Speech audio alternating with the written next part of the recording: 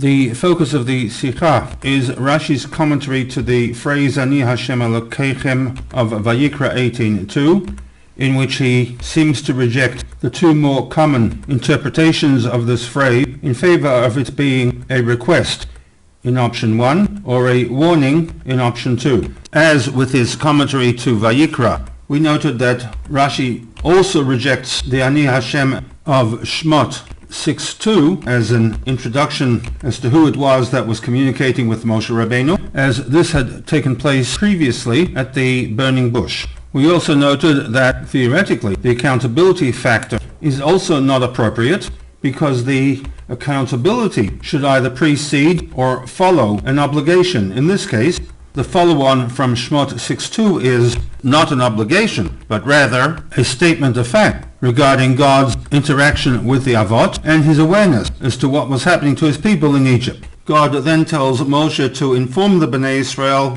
that Ani Hashem, which precedes a series of promises, v'hotzeti, v'itzalti, v'ga'alti, v'lakachti, identified as the four expressions of Geula.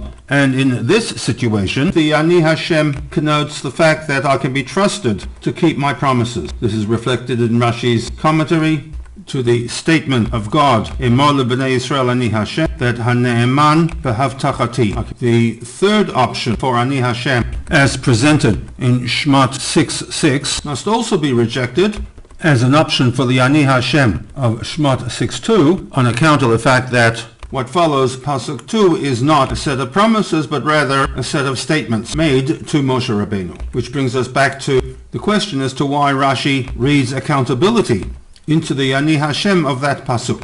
The three statements recorded in Pasuk 3, 4, and 5 are bracketed by two Pasukim containing the words Ani Hashem. For those subscribing to the multiple authorship view of the Chumash, this would be understandable, because this would reflect a style of writing where the closing statement to a bracket reflects information contained in the opening statement of the bracket. A close reading of the text, however, as we have done, would lead us to reject this approach. Rather, the Rebbe in the Sikha suggests that while the Ani Hashem of Pasuk 6 should be understood as a commitment to keep the promises that follow it, the Ani Hashem of Pasuk 2 is linked to and concludes the information that preceded it in Parak 5, in which Moshe complains in anguish, Lama harayota lam hazeh, over the failure of his mission on behalf of Bnei Israel. God's response comes in the first two Pasukim of Parak 6, firstly in Pasuk Aleph, in which Moshe is informed, Ata tireh et asher e'aseh leParo, now you will see what I intend to do to Paro, followed by Pasuk Bet, Vayedaber Elokim el Moshe Ani Hashem. The obvious anomaly here is the name change to Elokim, which normally is understood to be a god of judgment. Rashi reads this name change to Elokim as a rebuke to Moshe over his lack of trust expressed in Pasuk 22, Lama harayota.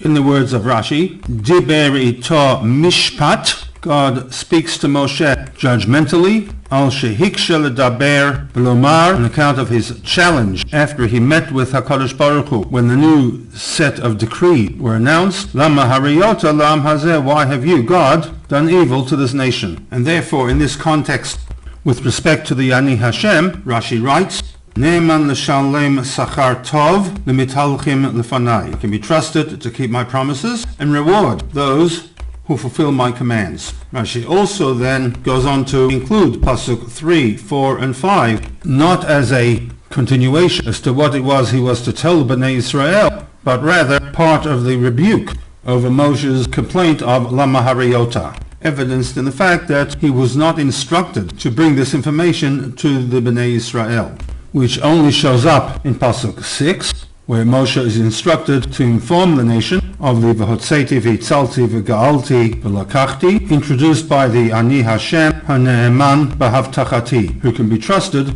to fulfill my promises. With this, we will have a response to the first two of the 9 questions that the Rebbe raised regarding Rashi's commentary, Vayikra 18:2.